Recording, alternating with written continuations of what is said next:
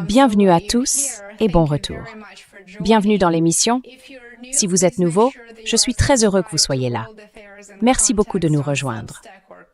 Si vous découvrez l'émission, assurez-vous d'être abonné à World Affairs in Context sur Substack ou Patreon pour accéder à du contenu exclusif.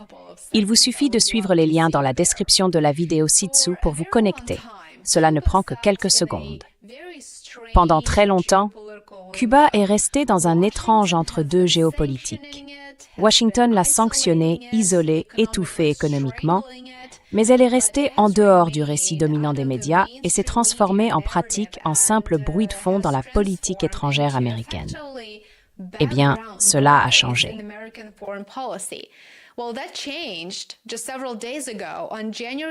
Il y a seulement quelques jours, le 29 janvier, lorsque Donald Trump a signé un décret présidentiel déclarant officiellement l'état d'urgence national à propos de Cuba, j'ai rédigé un article complet à ce sujet sur mon Patreon et mon Substack. Il est en accès libre et je mettrai le lien vers cet article dans la description ci-dessous. Sur le papier, il s'agit bien sûr de la Havane, mais en réalité, c'est une question bien plus vaste. Il s'agit des États-Unis qui cherchent à réaffirmer leur domination dans un monde qui ne veut plus l'accepter automatiquement. Il s'agit des États-Unis qui tentent en quelque sorte de figer le temps et de revenir à l'unipolarité. Mais ce cap est déjà franchi. Le monde est multipolaire.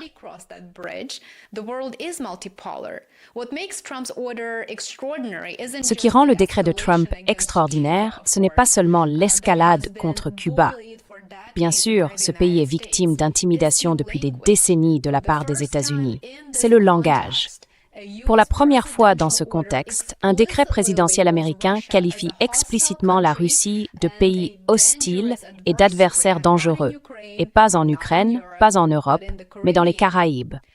Cuba est présenté comme une menace inhabituelle et extraordinaire pour la sécurité nationale des États-Unis, croyez-le ou non. Et cette seule expression ne doit pas être écartée comme quelque chose d'ennuyeux. Cette seule expression déclenche de vastes pouvoirs d'urgence et permet à la Maison-Blanche de contourner entièrement le Congrès. Ce n'est donc pas une posture symbolique.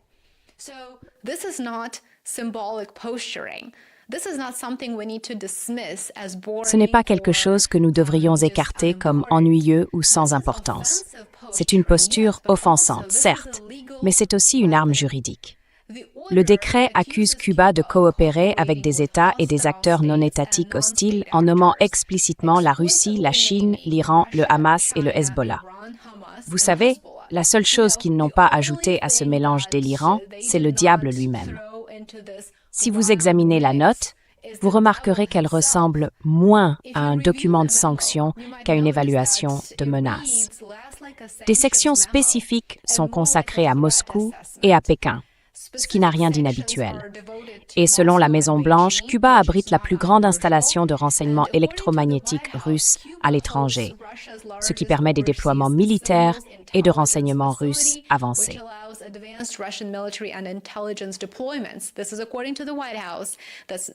C'est ce qu'indique la Maison-Blanche. Cela est soit mentionné dans la note, soit déduit de celle-ci. Et en réalité, Washington veut contrer cela. En d'autres termes, Washington replace Cuba dans son rôle de la guerre froide, non pas comme un vestige socialiste obstiné, mais comme une plateforme avancée pour les rivaux stratégiques des États-Unis. Et c'est très important, car cela permet à Washington d'agir à sa guise dans ce contexte. L'impact immédiat est bien sûr économique, et c'est tout à fait délibéré. Trump a imposé de nouveaux droits de douane ad valorem sur les importations provenant de tout pays qui fournit directement ou indirectement du pétrole à Cuba. C'est bien sûr la stratégie classique de Washington.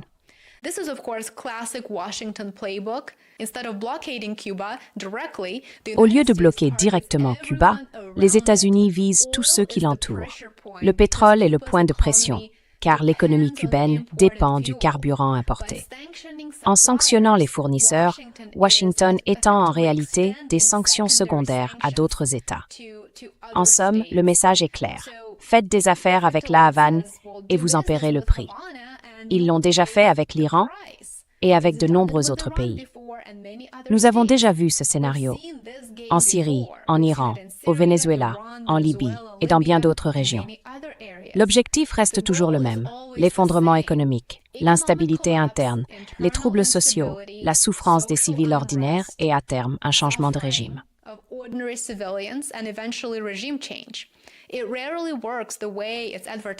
Bien sûr, cela ne fonctionne presque jamais comme on le prétend, mais cela n'a jamais empêché cette politique d'être bipartisane. Le coût humain, quant à lui, est stupéfiant. Les régimes de sanctions occidentaux ont été associés à des dizaines de millions de morts dans le Sud global.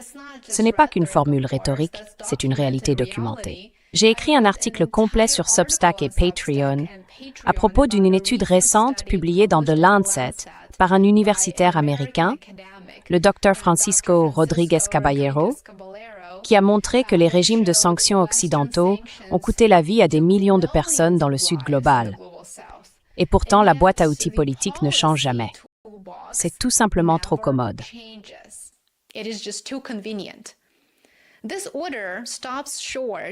Cet ordre s'arrête juste avant d'annoncer un blocus naval, en pratique, mais la direction est claire. Avec les exportations de pétrole du Venezuela déjà perturbées, et ces exportations étant essentielles à l'approvisionnement énergétique de Cuba, l'attention des États-Unis est, en partie bien sûr, désormais accaparée par l'Iran. Mais Washington semble organiser ses campagnes de pression par étapes. C'est ce que cela donne à voir. Une fois le Venezuela affaibli, Cuba est devenu la cible logique suivante. Le sénateur Marco Rubio n'a même pas pris la peine de le cacher. Il a déclaré ouvertement que les États-Unis aimeraient, selon ses propres mots, voir un changement de régime à La Havane.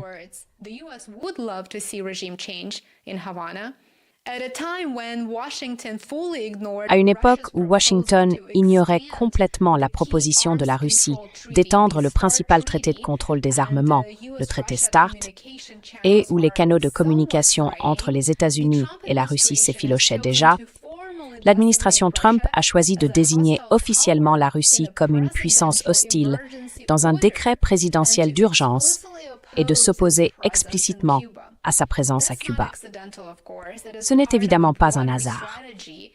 Cela fait partie d'une stratégie plus large visant à priver Moscou de partenaires et de points d'appui partout où cela est possible.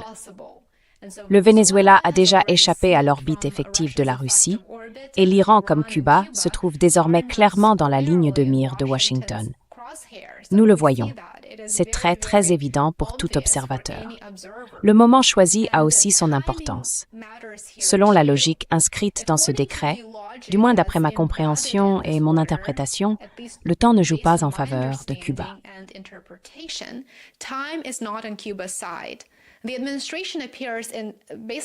L'administration semble fondamentalement décidée à imposer une résolution politique d'ici la fin de 2026, avant que les prochaines élections de mi-mandat ne redessinent complètement le paysage intérieur. Comme je l'ai expliqué dans mon article sur Substack, selon The Economist, les chiffres d'approbation de Trump sont en baisse. Seulement 38% approuvent, tandis que 56% désapprouvent. Et cela rend les victoires en politique étrangère très attrayantes.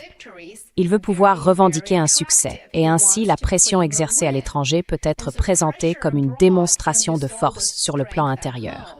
C'est généralement ainsi que cela fonctionne. L'administration Trump a rendu sa vision du monde très explicite, à savoir « l'hémisphère occidental nous appartient », entre guillemets. Les puissances moyennes et les États émergents de l'hémisphère occidental sont censés se subordonner. Et, bien sûr, c'est du néocolonialisme.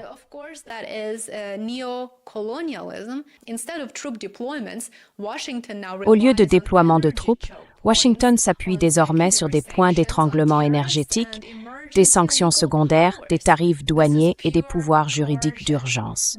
C'est une pure coercition. Mais l'histoire montre que cette stratégie est très risquée.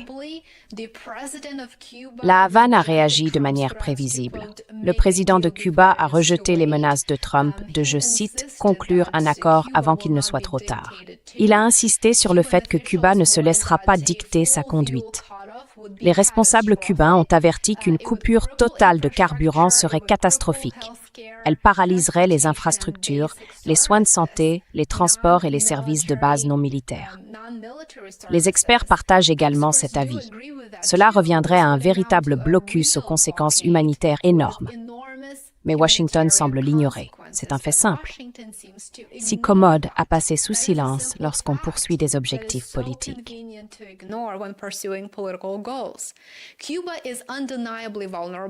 Cuba est indéniablement vulnérable. Tout le monde le comprend. Mais des années de sanctions, l'effondrement du soutien pétrolier vénézuélien, la mauvaise gestion interne, les coupures d'électricité, l'inflation, la baisse du tourisme et l'émigration massive ont tous plongé l'île dans la crise, et Washington cherche à en tirer parti. Washington croit qu'un effondrement économique entraînera un effondrement politique. Cette hypothèse a échoué à maintes reprises depuis plus de 60 ans, mais cela n'empêche pas Washington de répéter sans cesse le même scénario. Ce qui est intéressant, c'est que même Chatham House avertit que Cuba n'est pas le Venezuela.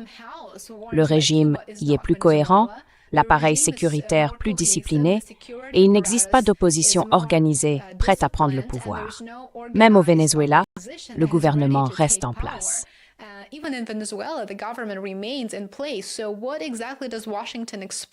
Alors, qu'attend exactement Washington en imposant davantage de sanctions et de pression sur Cuba? Ce n'est pas clair. L'option qui reste à Washington est bien sûr la punition collective. Couper le pétrole, couper les envois de fonds, resserrer le financement, attendre les manifestations, et si des troubles éclatent, l'intervention peut être présentée comme un soutien humanitaire. C'est une logique très sombre. Les États-Unis tentent de renverser le système cubain depuis plus de 60 ans. Ils ont échoué à chaque fois. Mais même si le gouvernement cubain venait à échouer, la question est de savoir si les États-Unis sont prêts à en assumer les conséquences. Merci beaucoup d'avoir regardé. Je vous suis reconnaissant d'être là. Merci de soutenir mon travail. J'apprécie chacun d'entre vous qui êtes devenus abonnés payants sur YouTube, Patreon ou Substack. Merci infiniment pour votre soutien. J'ai hâte de vous retrouver demain. À bientôt. I look forward to seeing you tomorrow. Bye for now.